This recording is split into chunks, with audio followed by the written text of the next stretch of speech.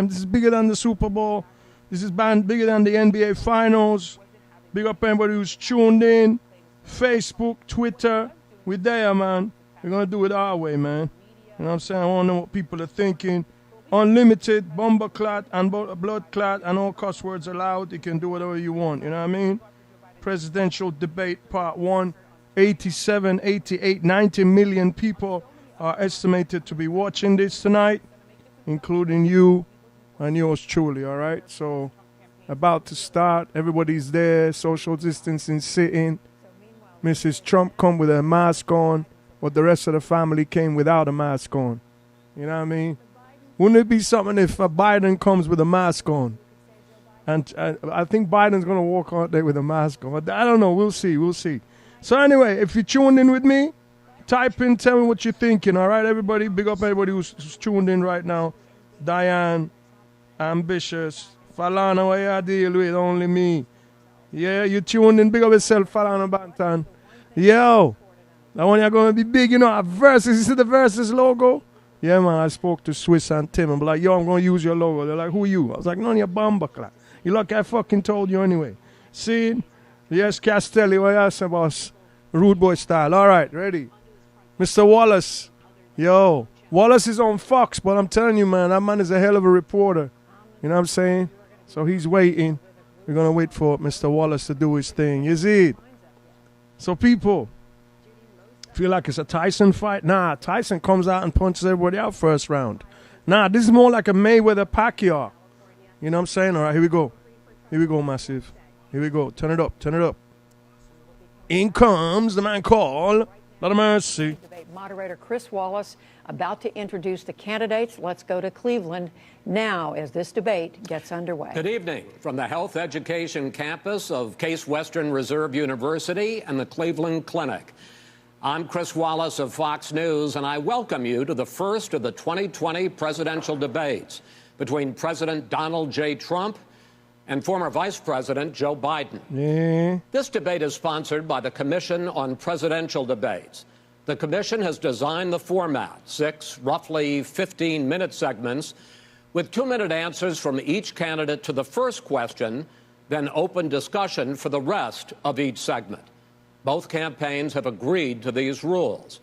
For the record, I decided the topics and the questions in each topic.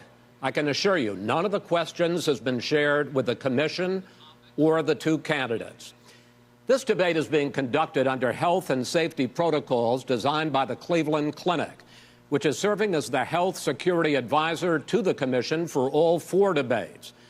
As a precaution, both campaigns have agreed the candidates will not shake hands at the beginning of tonight's debate. Lord Claude, bad the man audience thing. here in the hall has promised to remain silent. No cheers, no boos or other interruptions, so we, and more importantly you, can focus on what the candidates have to say. No noise except right now as we welcome the Republican nominee, President Trump, and the Democratic nominee, Vice President Biden. They're already there. Democrat.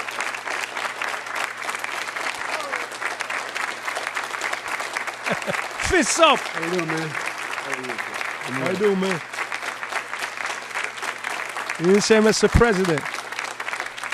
Gentlemen, a lot of people have been waiting for this night, so let's get going. Our first subject is the Supreme Court. President Trump, you nominated Amy Coney Barrett over the weekend to succeed the late Ruth Bader Ginsburg on the court. You say the Constitution is clear about your obligation and the Senate's to consider a nominee to the court. Vice President Biden, you say that this is an effort by the president and Republicans to jam through an appointment and what you call an abuse of power. My first question to both of you tonight, why are you right in the argument you make and your opponent wrong? And where do you think a Justice Barrett would take the court? President Trump, in this first segment, you go first, 2 minutes. Thank you very much, Chris. I will tell you very simply, we won the election. Elections have consequences. We have the Senate, we have the White House, and we have a phenomenal nominee, respected by all, top academic, good in every way, good in every way.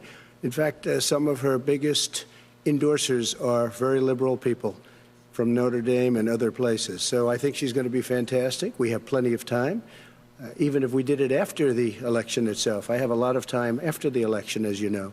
So I think that she will be outstanding. She's going to be as good as anybody that has served on that court. We really feel that. We have a professor at Notre Dame, highly respected by all, said she's the single greatest student he's ever had. He's been a professor for a long time at a great school.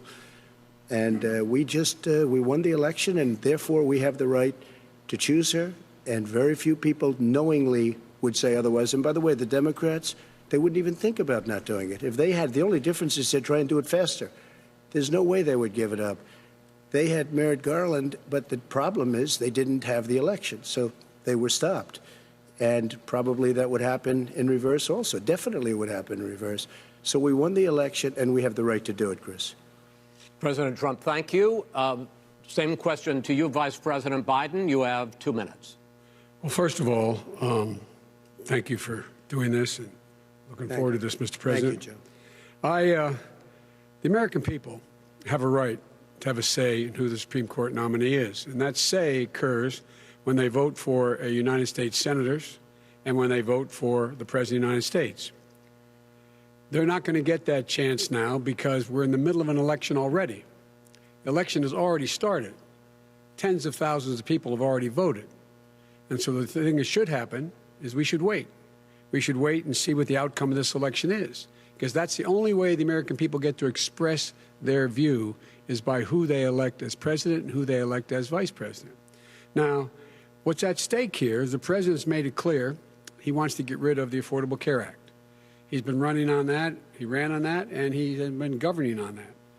He's in the Supreme Court right now trying to get rid of the Affordable Care Act, which will strip 20 million people from having insurance, health insurance now, if it goes into court. And the justice, and I have nothing, I'm not opposed to the justice, she seems like a very fine person. But she's written before she went on the bench, which is her right, that she thinks that the Affordable Care Act is not constitutional. The other thing that's on the court, and if it's struck down, what happens? Women's rights are fundamentally changed. Once again, a woman could be pay more money because she has a pre-existing condition of pregnancy. They were able to charge a woman more for the same exact procedure a man gets. And that ended when we, in fact, passed the Affordable Care Act. And there's 100 million people who have pre-existing conditions, and they'll be taken away as well. Those pre-existing conditions, the insurance companies are going to love this. And so it's just not appropriate to do this before this election. If he wins the election and the Senate is Democrat or Republican, then he goes forward. If not, we should wait until February. All right. There aren't 100 million people with pre-existing conditions. As far as the say is concerned, the people already had their say. Okay, Justice Ginsburg said very powerfully, very strongly, at some point, 10 years ago or so, she said a president and the Senate is elected for a period of time, but a president's elected for 4 years. We're not elected for 3 years. I'm not elected for 3 years. So we have the Senate, we have a president. He's elected to the next during election. that period of time, we have an opening. I'm not elected for 3 years. I'm elected for 4 years. And the 100 million people, Joe, the 100 million people is totally wrong. I don't know where you got that number. The bigger problem that you have is that you're going to extinguish 180 million people with their private health care that they're very happy with. That's simply not true. Well, you're certainly going to socialist. You're going to socialist medicine. We're now into, gentlemen, we're now into open discussion. Open discussion. Here we go. Yes, I agree. Go ahead, Vice President. Here we go. Here we go. He knows that what I proposed. What I proposed is that we expand Obamacare and we increase it. We do not wipe any. And one of the big debates we had with 23 of my colleagues trying to win the nomination that I won were saying that Biden wanted to allow people to have private insurance still. They can. They do. They will under my proposal. It's not what you've said, But and it's not what your party has said. That is simply your party a lie. doesn't say it. Your party wants to go socialist medicine. My party is and me. socialist right healthcare. now, I am and the they're going to Democratic dominate Party. you, Joe. You know that. I am the Democratic Party right now. The platform of the Not according Democratic to Party Harris. is what I, in fact, approved of. what I approved of. Now, here's the deal. The deal is that it's going to wipe out pre-existing conditions. And by the way, the 200,000 people that have died on his watch, how many of those have survived? Well, there's 7 million people that contracted COVID.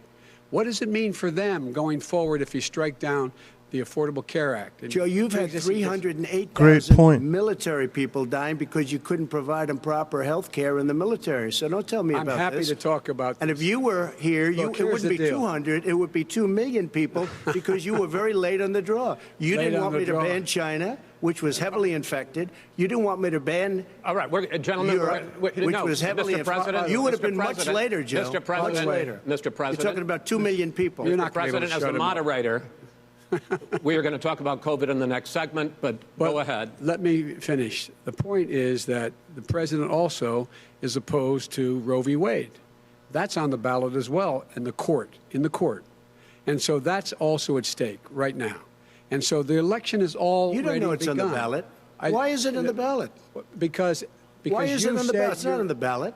It's on the ballot in the court. I don't think so. In the court. Well, there's nothing happening there. Donald, would you and just you don't be quiet know for a her minute? view on Roe v. Wade. You don't know her view. Well, all right. Let's talk. We got a lot to unpack here, gentlemen. We got a lot of time. So on health care, and then we'll come back to Roe v. Wade. All right. Mr. President, the Supreme Court will hear a case a week after the election in which the Trump administration, along with 18 state attorneys general, are seeking to overturn Obamacare, to end Obamacare. You have spent the last... Because they want to give good health care. If I may ask my question, sir. Over the last 4 years, you have promised to repeal and replace Obamacare, but you have never in these 4 years come up with a plan of your own, a comprehensive plan to replace Obamacare. Of course I have.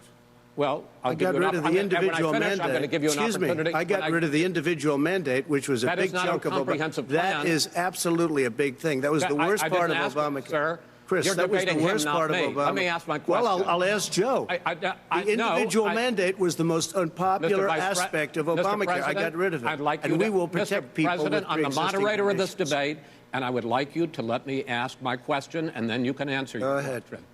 You, in the course of these 4 years, have never come up with a comprehensive plan to replace Obamacare, and just this last Thursday, you signed a largely symbolic executive order to protect people with pre-existing conditions 5 days before this debate. So my question, sir, is what is the Trump health care plan? Fine. Well, first of all, I guess I'm debating you, not him, but that's okay. I'm not surprised. Let me just tell you something, that there's nothing symbolic.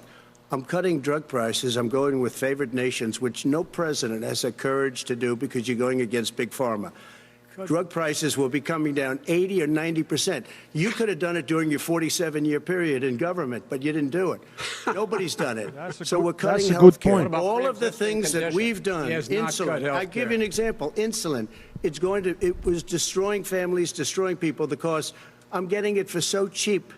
It's like water, you want to know the truth. So cheap. Take a look at all of the drugs what we're doing, prescription drug prices. We're going to allow our governors now to go to other countries to buy drugs because they pay just a tiny fraction. As I say, this is open It's not answering the question, though. This is big stuff. Sir, you'll be happy. I'm about to pick up on one of your points to ask the Vice President, which is he points out that you would like to add a public option to Obamacare, and the argument that he makes and other Republicans make is that that is going to end private insurance. It is and not. Well, if I can ask you the question, it will not end. What your party says, by the way. It will end private insurance and create a government takeover of health care. It does not. It's only for those people who are so poor they qualify for Medicaid.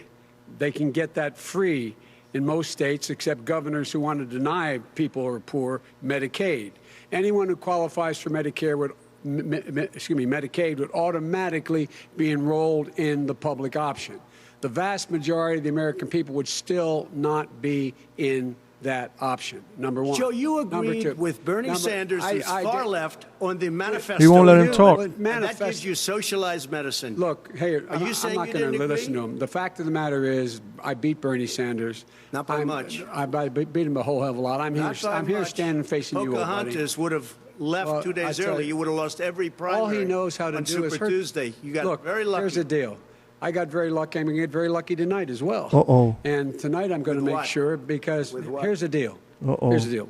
The fact is Sup, that Tamala? everything he's saying so far is simply a lie. I'm not here to call out his lies. Everybody knows he's a liar. But you I just agree. want to Hey, make Joe, sure. you're the liar. I want to make sure. Graduated last in your class, not first in your class. I want to make Mr. sure. President, can you let him finish, sir? Well, he doesn't know how to do that. He has, You'd be surprised. you pick You'd be surprised. the Go ahead, wrong Joe. guy, the wrong Joe, night at go. the wrong time. Listen, you Ooh! agreed Here's with the Bernie deal. Sanders. The whole idea. Let Now you're him. disavowing it. There is no manifesto, number Please one. let him speak, Mr. Number President. two. You just lost the left. Number two. You just lost the left. You agreed with Bernie Sanders on a plan. Folks, absolutely folks, agreed do you have to, any and under that idea plan, what you this have clown's socialized, doing? They call it Mr. you Mr. have any President. do? socialized medicine. Mr. Well, I President. tell you what, he Yo, is not it's for any help for people needing health care. Because Bernie? because he, in fact, already has cost 10 million people their health care that they had from their employers because of his recession. Number one. Number two, yeah. there are 20 million people getting health care through Obamacare now that he wants to take it away. He won't ever look you in the eye and say that's what he wants to do. Take it away. No, I want to give them Number better three. health care at a much lower price because and by the way, he Obamacare doesn't is know no how. good. He doesn't know how I've to do already that. fixed it. He has never I've offered already a fixed plan. it to an extent. He has never Obamacare, done a as you single might thing. know, but probably don't. Gentlemen, you realize if you're both speaking at the It's no same good, time. and it's too expensive. Let the president. Go ahead, sir. Obamacare is no good. We made it better. And I had a choice to make very early on. We took away the individual mandate. We guarantee pre-existing conditions, but took away the individual mandate. Listen, this is the way it is. And that destroyed that. They shouldn't even call it Obamacare. Then I had a choice to make. Do I let my people run it really well or badly? If I run it badly, they'll probably blame him, but they'll blame me. But more importantly, I want to help people, okay? I said, you got to run it so well. That's what he's and I known just had a meeting with them. They said, the problem is no matter how well you run Obamacare, it's a disaster. It's too expensive. I got you. Premiums I are got too it. high, and That's it what his doesn't work. people- that's what his people we say. do want to No, get no, rid of it. it's Chris, an we open want to get rid of it. I and understand give it, sir, something but I have that's to cheaper give you and roughly equal time. Good. Please let the vice president talk. Good. He has no plan for health care. Of course we do.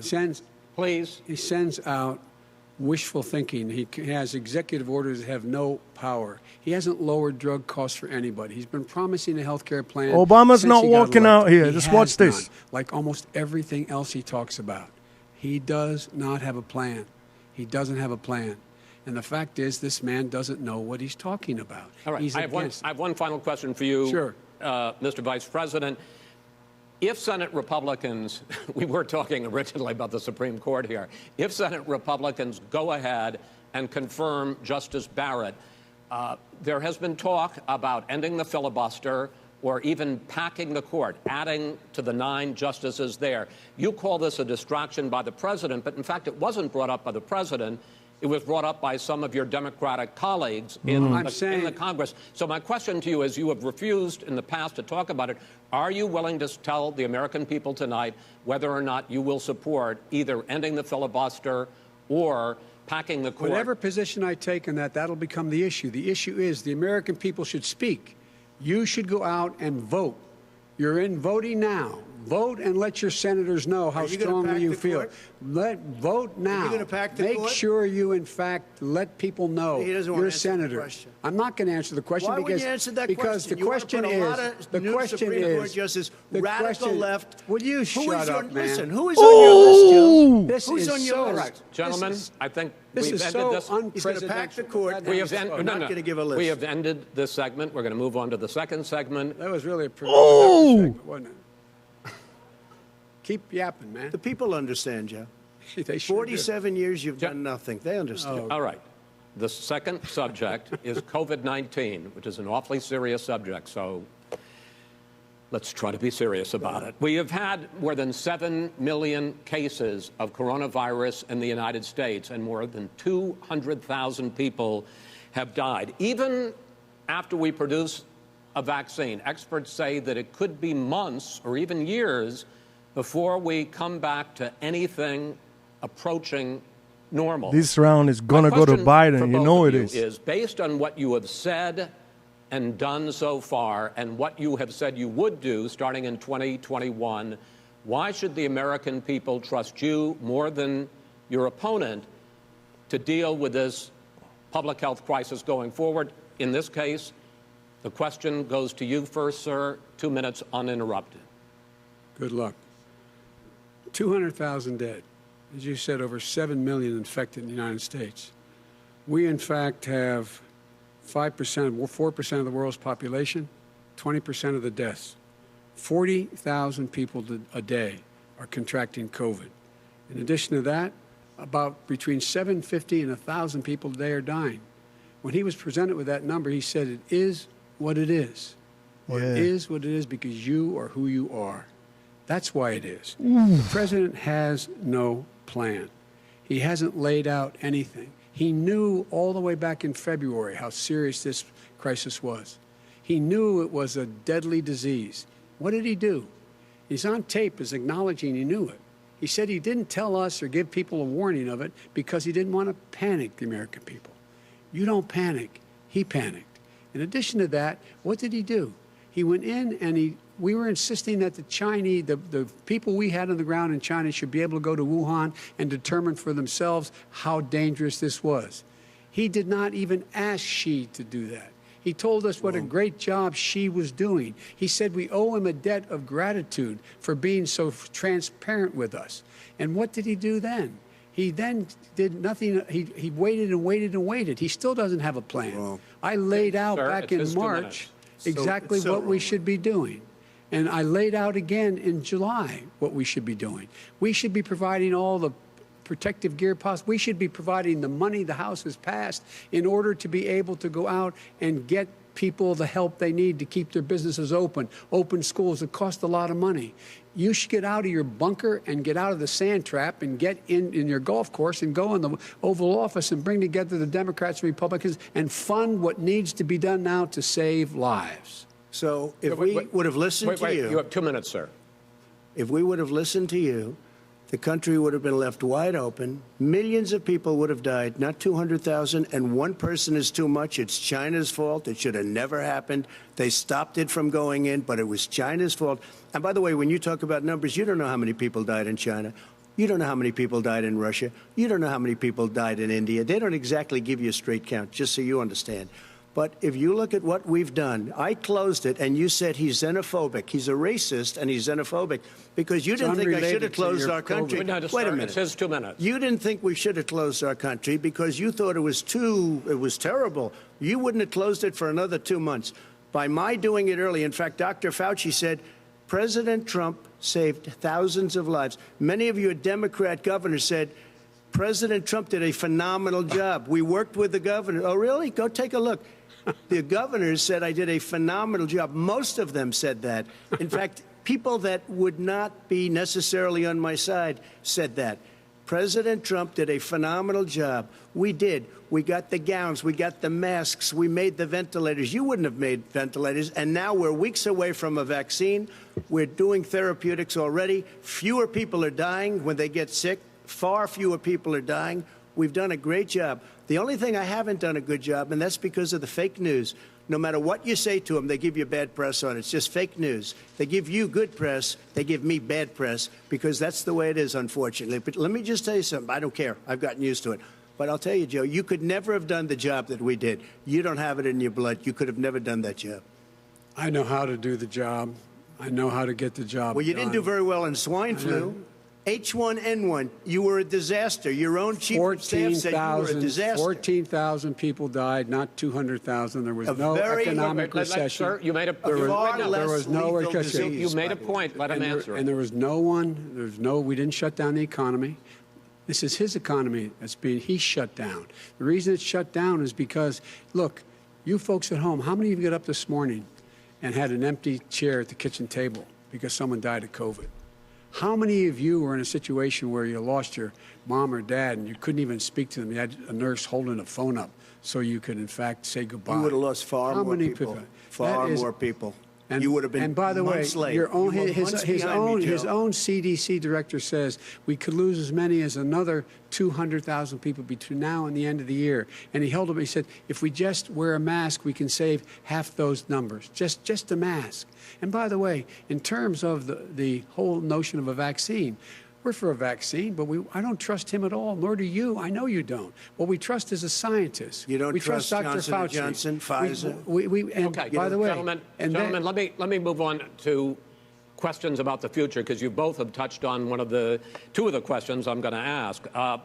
Focusing on the future first, President Trump, you have repeatedly either contradicted or been at odds with some of your government's own top scientists. The week before last, the head of the Centers for Disease Control, Dr. Redfield, said it would be summer before the vaccine would become generally available to the public. You said that he was confused and mistaken. Those were your two words.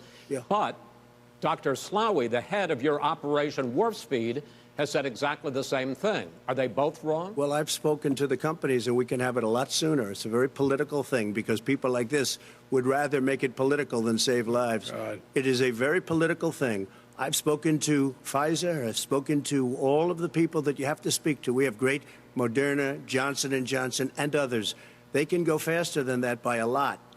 Become very political because the left, or I don't know if I call them left, I don't know what I call them. So you're suggesting that the head of your Operation Warp Speed, Dr. Slaoui? I disagree with him. Yeah, no, I disagree with both of them. And he didn't say that. He said it could be there, but it could also be much sooner. I had him in my office 2 days ago. He talked about the summer, sir, before it's generally available. Just like He Dr. said it's a Redfield. possibility that we'll have the answer before November 1st. It could also be talking about after when it's that. generally available. Not when Well, it will we're be. going to deliver it right away. We have the military all set up. Logistically, they're all set up. We have our military that delivers soldiers, and they can do 200,000 a day. They're going to be delivering. This is the same man It's who all told set you up. by Easter this had be gone away. By the warm weather, it'd be gone. Miraculous, like a miracle. And by the way, maybe you could inject some bleach in your arm, and that would take care of it. This is the same man. That was said sarcastically, you know that. That was said sarcastically. And so here's the deal. This man is talking about a vaccine. Every serious company is talking about maybe having a vaccine done by the end of the year. But the distribution of that vaccine will not occur until sometime beginning or the middle of next year to get it out, if we get the vaccine. And pray God we will. Pray God we will. Mr. Vice President, I want to pick up You'll have on the that. vaccine sooner I want to than pick that. up on this question, though. You say the public can trust the scientists, but they can't trust President Trump. In fact, you said that again tonight. Your running mate, Senator Harris, goes further, saying the public health experts, quote, will be muzzled, will be suppressed. Given the fact that polls already show that people are concerned about the vaccine and are reluctant to take it, are you and your running mate, Senator Harris, contributing to that fear? No more than the question you just asked him. You pointed out. He puts pressure and disagrees with his own scientists. But you're saying Everybody you can't, knows. or Senator And Harris is saying you can't trust the scientists. No, you can trust the scientists. She didn't say that. You can't trust She said the public health Did say experts, that. quote, will be muzzled, will be suppressed. Well, that's what he's going to try to do. But there's millions of scientists, there's thousands of scientists out there, like here at this great hospital, that don't work for him. Their job doesn't depend on him. That's not. They're the people. And by the way, I spoke to the scientists that are in charge. By the way, they will have the vaccine very soon. Let him finish. Do you believe for a moment what he's telling you in light of all the lies he's told you about the whole issue relating to COVID? He still hasn't even acknowledged that he knew this was happening, knew how dangerous it was going to be back in February, and he didn't even tell you. He's on record as saying it. He panicked, or he just looked at the stock market. One of the two, because guess what? A lot of people die, and a lot more are going to die unless he gets a lot smarter, a lot quicker. Mr. President? Did you use the word smart? So you said you went to Delaware State, but you forgot the name of your college. You didn't go to Delaware State. You graduated either the lowest or almost the lowest in your class. Don't ever use the word smart with me. Don't ever use that word. Oh, give me a break. Because you know what? There's nothing smart about you, Joe. 47 years, you've done nothing. Let's have this debate. And if We'll you see would have this. had, let me just tell you something, Joe. No, if you would have had the charge of what I was put through, I had to close the greatest economy in the history of our country. And by the way, now it's being built again. See, and it's We're going to going get up to the fast. economy in the next segment, sir. Okay. It's going up fast. Okay. When it comes to how the virus has been handled so far, the two of you have taken very different approaches, and this is going to affect how the virus is handled going forward by whichever of you ends up becoming the next president. I want to quickly go through several of those. Reopenings. Vice President Biden, you have been much more reluctant than President Trump about reopening the economy and schools. Why, sir? Because he doesn't have a plan. If I were running, I know what the plan is. You've got to provide these businesses the ability to have the money to be able to reopen with the PPE as well as with the sanitation they need. You have to provide them plastic. Tell that to Nancy Pelosi. Well, he's just shush for a minute. Tell it to Nancy Pelosi. And Schumer, by the way, Chuck. Nancy Pelosi and Schumer, they have a plan. He won't even meet with them. The Republicans won't meet in the Senate. And he sits on his golf course. And, well, I mean, literally, think about it. You probably play more than I do, Joe. What about this question of reopenings and the fact... Well, he wants to shut down this country. And I want to keep it open. And we did a great thing by shutting it down. Wait a minute, Joe. Let me shut you down for a second, Joe, just for 1 second. He wants to shut down the country. We just went through it. We had to because we didn't know anything about the disease. Now we found that elderly people with heart problems and diabetes and different problems are very, very vulnerable. We learned a lot. Young children aren't. Even younger people aren't. We've learned a lot. But he wants to shut it down. More people will be hurt by continuing. If you look at Pennsylvania, if you look at certain states that have been shut down, they have Democrat governors all. One of the reasons they're shut down is because they want to keep it shut down until after the election on November 3rd. I want to move on to another because subject. it's a political subject. I've got to respond. You didn't answer the questions. Those states are not doing well that are shut down right got to now. respond to that. President Trump, you have begun to increasingly question the effectiveness of masks as a disease preventer. And in fact, recently you have cited the issue of waiters touching their masks and touching plates. Are you questioning No, I think the masks efficacy are okay. of You have to masks? understand, if you look, I mean, I have a mask right here. I put a mask on, when I think I need it. Tonight, as an example, everybody's had a test, and you've had social distancing and all of the things that you have to. But I wear masks when needed. When needed, I wear masks. Okay, let me ask. I don't wear masks like him. Every time you see him, he's got a mask. He could be speaking 200 feet away from it. He shows up with the biggest mask I've ever seen. I will say this. Vice President Biden, go ahead, sir. Look, the way to open businesses is give them the wherewithal to be able to open. We provided money. The Congress, But I was asking you, sir, about masks. Well, masks make a big difference. His own head of the CDC said if we just wore masks between now, everybody wore masks in social distance between now and January, we'd probably save up to 100,000 lives. It matters. And they've also said the opposite. They've also said no serious person said the opposite. No serious. Good answer. Dr. Fauci said the opposite. He did not say the opposite. We got a little bit more than a minute left in this masks segment. Masks are not good. Then he changed his mind. He said masks are good. I'm okay with masks. Chanel, some of them are stupid. You know that. Your different approaches has even affected the way that you have campaigned. President Trump, you're holding large rallies with crowds packed together, thousands of people. Outside. Yeah. Outside, yes, sir. Agreed. Vice President Biden, you are holding one much inside. smaller events with... Because nobody will show up. People with... What's true? Nobody shows up to his rallies. All right. In any case, why you holding the big rallies? Why you not? You go first, sir. Because people want to hear what I have to say. I mean, but are you not worried about it spreading as a disease? president, and I'll have 35,000 people show up at airports. We use airports. Are you not worried about the disease issues, sir? We have a lot of people. Well, so far, we have had no problem whatsoever. It's outside. That's a big difference, according to the experts. And we do them outside. We have tremendous crowds, as you see. I mean, and literally on 24 hours' notice. And Joe does the circles and has 3 people someplace. Okay. By the way, did you see one of the last big rallies he had? And a reporter came up to him to ask him a question. He said, no, stand back. Put on your mask. Put on a mask. Have you been tested? I'm way far away from those other people. That's what he said. I can't. I'm going to be okay. He's not worried about you. He's not worried about the people out there breathing in one another. We've had no negative effect. No negative effect. We've had no negative effect. And we've had 35,000, 40,000 people at these rallies. Just quickly finish up because I want to move on to our next. Yes, I would. He's been totally irresponsible the way in which he has handled the social distancing and people wearing masks, basically encourage them not to.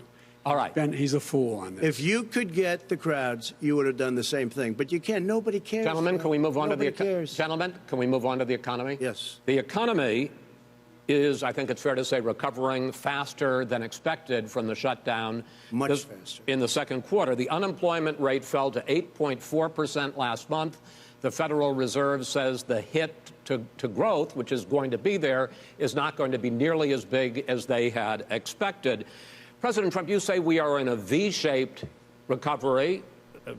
Vice President Biden, you say it's more of a K-shape. What difference does that mean to the American people in terms of the economy? President Trump, in this segment, you go first. So we built the greatest economy in history. We closed it down because of the China plague. When the plague came in, we closed it down, which was very hard psychologically to do. He didn't think we should close it down, and he was wrong. And again, 2 million people would be dead now instead of still 204,000 people is too much. One person is too much. Should have never happened from China. But what happened is we closed it down, and now we're reopening, and we're doing record business. We had 10.4 million people in a 4-month period that we've put back into the workforce. That's a record the likes of which nobody's ever seen before. And he wants to close down he will shut it down again. He will destroy this country. You know, a lot of people, between drugs and alcohol and depression, when you start shutting it down, you take a look at what's happening in some of your Democrat-run states where they have these tough shutdowns. And I'm telling you, it's because they don't want to open it. One of them came out last week. You saw that. Oh, we're going to open up on November 9th. Why November 9th? Because it's after the election. They think they're hurting us by keeping them closed. They're hurting people. People know what to do. They can social distance. They can wash their hands. They can wear masks. They can do whatever they want. But they got to open these states up. When you look at North Carolina, when you look, and these governors are under siege, Pennsylvania, Michigan, and a couple of others, you got to open these states up. It's not fair. You're talking about almost, it's like being in prison. And you look at what's going on with divorce, look at what's going on with alcoholism and drugs. It's a very, very sad thing. And he'll close down the whole country. This guy will close down the whole country and destroy our country. Our country is coming back incredibly well, setting records as it does it. We don't need somebody to come in and say, let's shut it down. All right. Your 2 minutes, sir. We're now moved to you. As I said, posing the question, the president says it's a V-shaped recovery. You say it's a K-shaped recovery. What's the difference? The difference is millionaires and billionaires like him in the middle of the COVID crisis have done very well. Yeah. Billionaires have made another $300 billion because of his profligate tax proposal, and he only focused on the market. But you folks at home, you folks living in Scranton and Claymont and all the small towns and working class towns in America, how well are you doing? This guy paid a total of $750 in taxes. Sir, wait, no. Sir, it's just I understand. You've agreed to the 2 minutes, so please let him have it. Do I get my time back? The fact is that he has, in fact, worked on this in a way that he's going to be the first president of the United States to leave office having fewer jobs in his administration than when he became president. Fewer jobs than when he became president. First one in American history. Secondly, the people who have lost their jobs are those people who have been on the front lines, those people who have been saving our lives, those people who have been out there dying, people who've been putting themselves in the way to make sure that we could all try to make it. And the idea that he is insisting that we go forward and open when you have almost half the states in America with a significant increase in COVID deaths and COVID cases in the United States of America. And he wants to open it up more. Why does he want to open it up? Why doesn't he take care of the American? You can't fix the economy until you fix the COVID crisis. And he has no intention of doing anything about making it better for you all at home in terms of your health. Mention Europe, man. Mention Europe. Schools open because it costs he needs to mention Europe safely. You know, they were going to give, his administration was going to give the teachers and school students masks. And then they decided, no, couldn't do that because it's not a national emergency. Not a national emergency. They've done nothing to help small businesses. Nothing. They're closing. 1 in 6 is now gone. He ought to get on the job and take care of the needs of the American people so we can open safely. All right. Your time is up, sir. Well, we are going to get to... I have to respond to that. Well, you both had 2 minutes, sir. Excuse me, he made a statement. So did you. People want their schools, people want their schools open. They don't want to be shut down. They don't want their state shut down. They want their restaurants. I look at New York. It's so sad what's happening in New York. It's almost like a ghost town, and I'm not sure it can ever recover what they've done in New York. People want their places open. They want to get back to their life. They opened the schools They'll today. Be careful, but they want their schools open. I'm the one that brought back football. By the way, I brought back Big Ten football. It was me, and I'm very happy to do it. And all right, people of Ohio are very proud of me. And you know how I found out? When you took gentlemen, we're going to get to your economic plans going forward in a moment. But first, Mr. President, as you well know, there's a new report that in 2016, the year you were elected president, and 2017, your first year as president, that you paid $750 a year in federal income tax each of those years. I know that you pay a lot of other taxes, but I'm asking you the specific question. Is it true that you paid $750 in federal income taxes each of those 2 years? I paid millions of dollars in taxes, millions of dollars of income tax. And let me just tell you, there was a story in one of the papers. I paid $38 million 1 year. I paid $27 million. Show us your tax returns. I went. You'll see it as soon as it's finished. You'll see it. You know, if you want to go to the Board of Elections. There's a 118-page or so report that says everything I have, every bank I have, I'm totally under-leveraged because the assets are extremely good, and we have a very, I built a great company. I'm asking you a specific question, which is. Let me tell you. I understand all of that. I understand all of that. No, Mr. President. Go ahead. I'm asking you a question.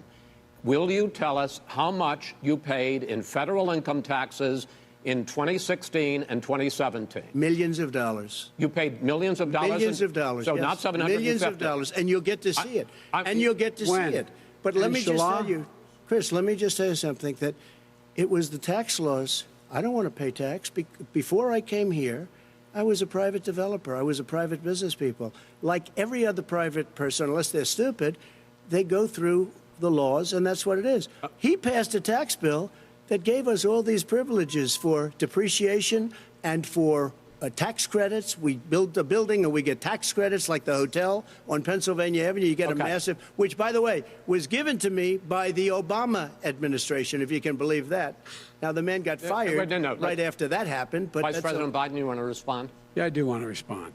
Look, the tax code that made him, put him in a position that he pays less tax than a school teacher makes on the money a school teacher makes, is because of him he says he's smart because he can take advantage of the tax code. And he does take advantage of the tax code. That's why I'm going to eliminate the Trump tax cuts. And I'm going to eliminate those tax cuts and make sure that we invest in the people who, in fact, need the help.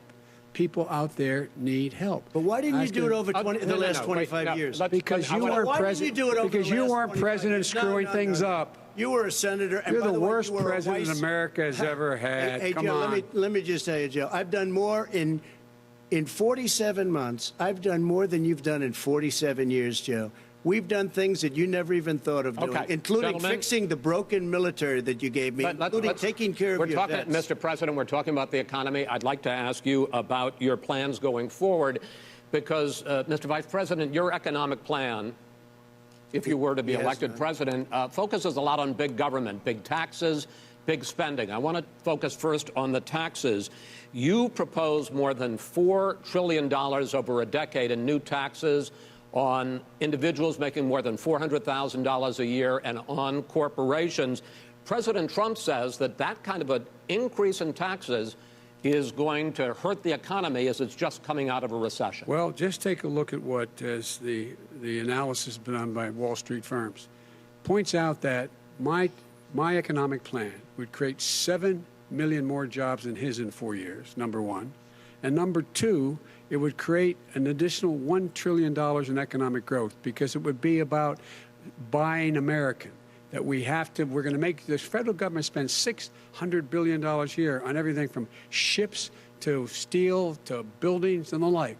And under my proposal, we're going to make sure that every penny of that has to be made by a company. But respectfully, sir, I'm talking about taxes, not spending. By the way, I'm going to eliminate a significant number of the tax. I'm going to make the The corporate tax, 28%. It shouldn't be 21%. You have 91 companies, in the Fortune 500, who don't pay a single penny in tax, making billions of dollars. Why didn't you do Good it point. before when you were vice president with Obama? Because you, in fact, passed that.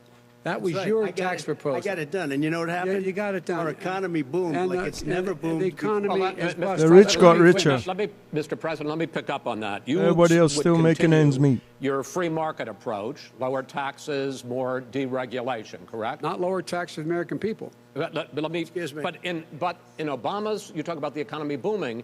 It turns out that in Obama's final 3 years as president, more jobs were created, 1.5 million more jobs than in the first 3 years of your presidency. They had the slowest recovery since economic recovery since 1929. It was the slowest recovery. Also, they took over something that was down here. All you had to do is turn on the lights and you pick up a lot. But they had the slowest economic recovery since 1929. Let me tell you about the stock market. When the stock market goes up, that means jobs. It also means 401ks.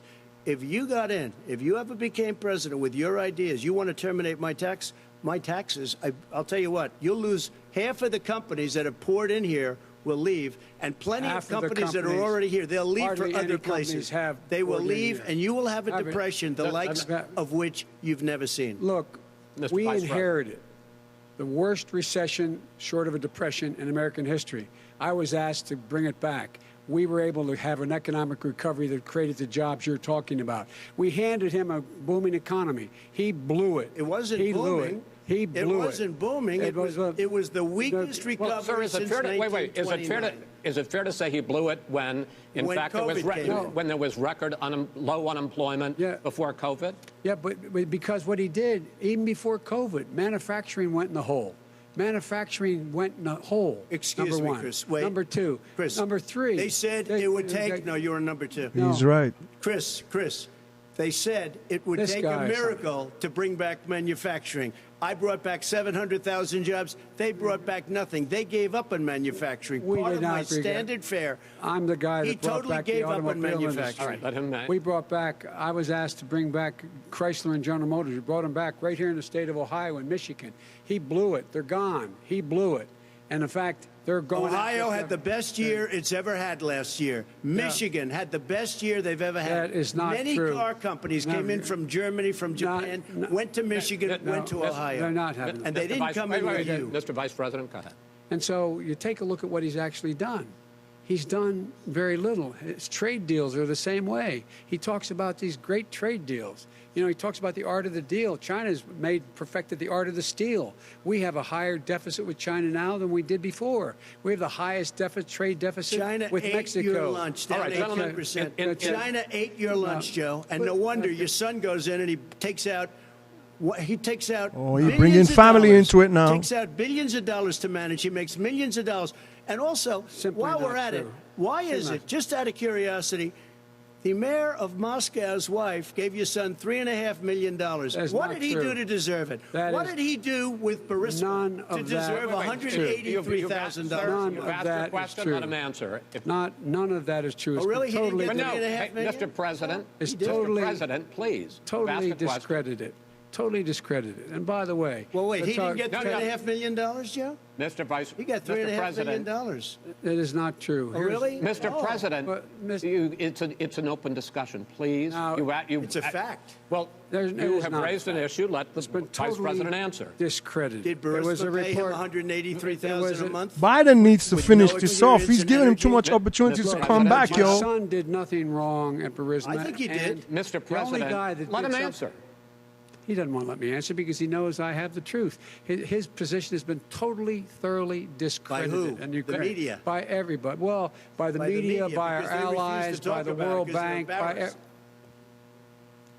by everyone has discredited. Matter of fact, even the people who testified under oath. So let me ask you this, Joe. No, go ahead, Mr. I'm listening to you. You got $3.5 million from Moscow. He testified under oath in his administration, said, I did my job and I did it very well. Oh, I did it I'd honorably. like to know who they are. Well, I'll give you the list of the people who testified. No, go ahead, sir. Sure, you've already fired most of them because they did a good job. Some people don't do a good job. with you. Go ahead. You get wait a minute. You get the final word, Mr. Well, it's hard to get any word in with this clown. Excuse me. This. Hey, let me just say to you. No. Mr. President. $3.5 million, President. Joe. That is simply Why did not he true. deserve $3.5 million from Moscow? Look, here's the deal. We want to talk about families and ethics.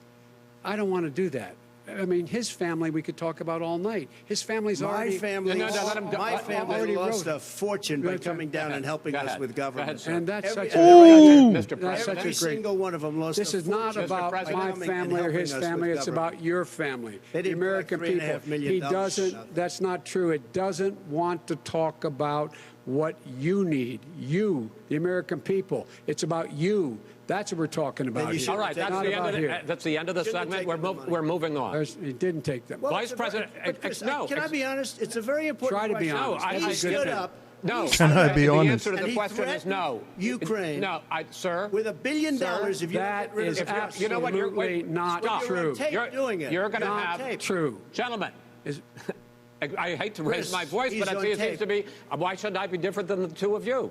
So here's the deal. Good point. We have 6 segments. We have ended that segment. We're going to go to the next segment. In that segment, you each are going to have 2 uninterrupted moments. In those 2 uninterrupted minutes, Mr. President, you can say anything you want. I'm going to ask a question about race, but if you want to answer about something else, go ahead. But I think that the country would be better served if we allowed both people to speak with fewer interruptions. I'm appealing to you, sir, to do that. Well, and him too. Well, frankly, you've been doing more interrupting That's than all he right, has. but he does plenty. Well, less than, sir, less there's than... plenty. No, less than you have. Let's please continue on. The issue of race. Vice President Biden, you say that President Trump's response to the violence in Charlottesville 3 years ago, when he talked about very fine people on both sides, was what directly led you to launch this run for president. Oh, yeah, sure. President Trump, you have often said that you believe you have done more for black Americans than any president, with the possible exception of Abraham Lincoln. My question for the two of you is, why should voters trust you rather than your opponent to deal with the race issues facing this country over the next 4 years? Vice President Biden, you go first. It's about equity and equality. It's about decency. It's about the Constitution.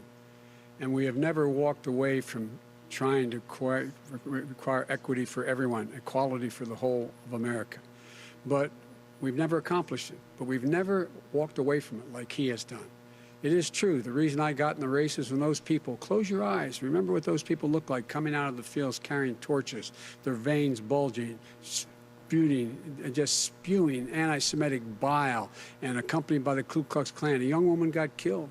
And they asked the president what he thought. He said there were very fine people on both sides. No president has ever said anything like that. It is who's now, who sir. Second point I'd make to you is that when Floyd was killed, when Mr. Floyd was killed, there was a peaceful protest in front of the White House. What did he do? He came out of his bunker, had the military use tear gas on him so he could walk across to a church and hold up a Bible. And then what happened after that? The bishop of that very church said that it was a disgrace. The general who was with him said all he ever wants to do is divide people, not unite people at all. This is a president who has used everything as a dog whistle to try to generate racist hatred, racist division. This is a man who, in fact, you talk about helping African Americans.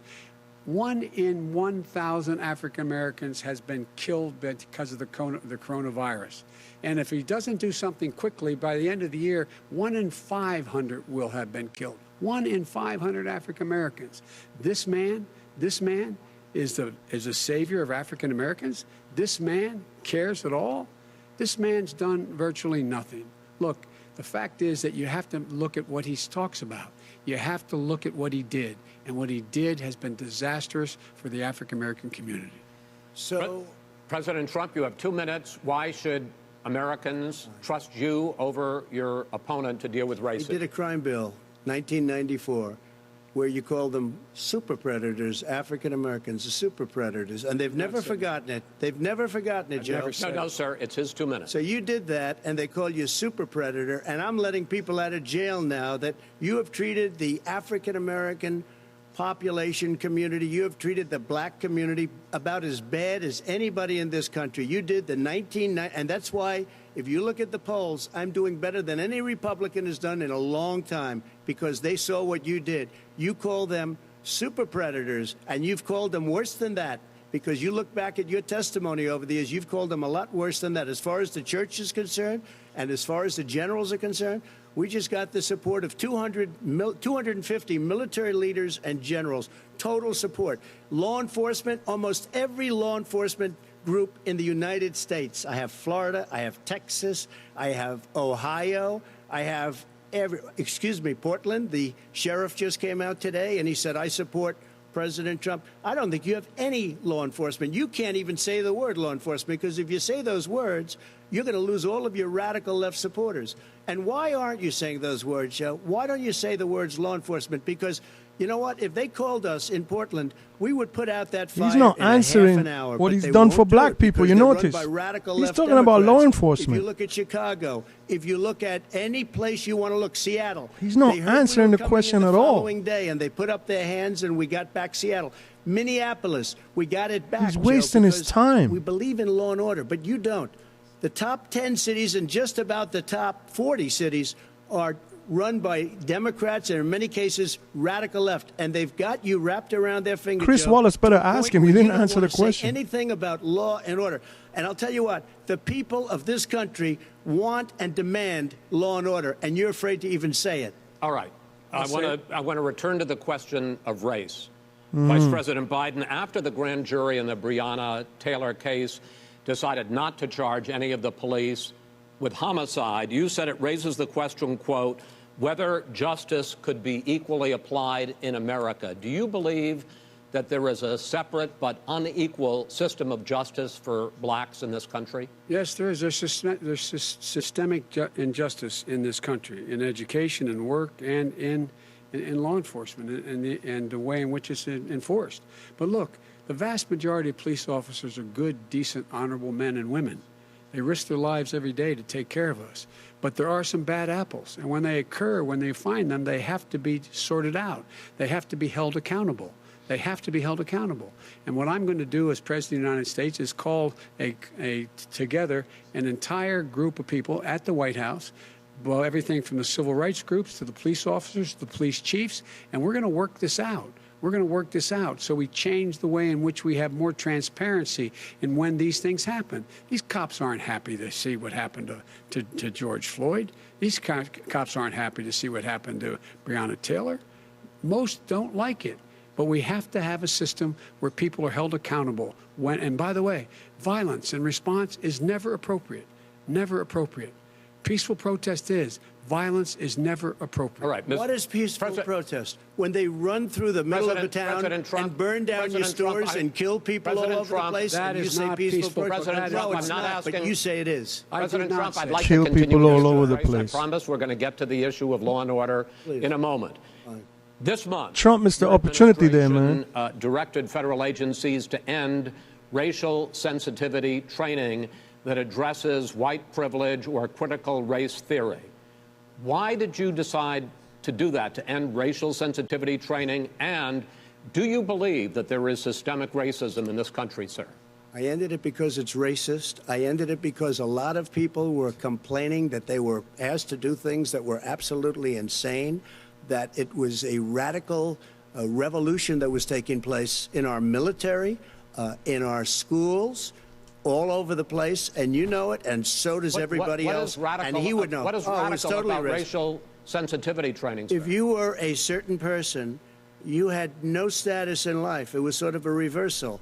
And if you look at the people, we were paying people hundreds of thousands of dollars to teach very bad ideas, and frankly, very sick ideas, and really they were teaching people to hate our country. And I'm not going to do that. I'm not going to allow that to happen. We have to go back to the core values of this country. They were teaching people that our country is a horrible place. It's a racist place, and they were teaching people to hate our country. And I'm No not going to one allow did. that to happen. Vice President Biden? Nobody's doing that. He's the racist. You just don't. Here's the deal. I know a lot more about You this don't than he know. does. Let him finish. The fact is that there is racial insensitivity. People have to be made aware of what other people feel like, what Oh, come on, man. what Blood clots insults going them, on. what is demeaning to them. It's important to people know they don't want to. Many people don't want to hurt other people's feelings. Oh, come on. What the hell is going on here? We do it together. We can take this on and we can defeat racism Vice in America. President Trump, sir. During the Obama-Biden administration, there was tremendous division. There was hatred. You look at Ferguson. You go to many places. Look at Oakland. Look what happened in Oakland. Look what happened in Baltimore. Look what happened.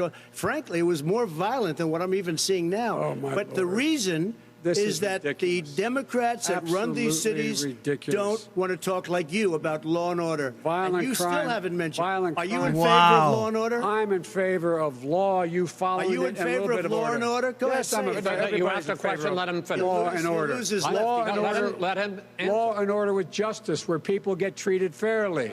And the fact of the matter is, violent crime went down 15% in our administration. All right. It's gone up on his watch. Went down much more in ours. All right, we're now. is president of the Mr. President, United you're going States to. of America. We Mr. were President, breaking every record in the Mr. book. President, you're going to be very happy because And the we're now going to places talk about law and order. Places we had trouble were Democratic-run cities. That's and exactly those my question. Democratic- There has been a dramatic increase in homicides in America this summer, particularly, and you often blame that on Democratic mayors and Democratic governors, but in fact, there have been equivalent spikes in Republican-led cities like Tulsa and Fort Worth. So the question is this really a party issue? I think it's a party issue. You can bring in a couple of examples, but if you look at Chicago, what's going on in Chicago, where 53 people were shot and 8 died shot. If you look at New York, where it's going up like nobody's ever seen anything, the numbers are going up 100, 150, 200%. Crime. It is cities. crazy what's going on. And he doesn't want to say law and order because he can't, because he'll lose his radical left supporters. And once he does that, it's over with. But if he ever got to run this country and they ran it the way he would want to run it, we would have our suburbs would be gone. By the way, our suburbs would be gone, and you would see problems like you've He never would seen. know a suburb unless he took a wrong turn. Oh, I know suburbs. He would not. So much I was better. raised, Go ahead. Wait a minute. I was So much. raised in the suburbs. This is not 1950. All these dog whistles on racism don't work anymore. Suburbs are by and large integrated. There's many people today driving their kids to soccer practice and/or to black and white and Hispanic in the same car as there have been any time in the past. What really is a threat to the suburbs and their safety is his failure to deal with COVID. They're dying in the suburbs. His failure to deal with the environment. They're being flooded.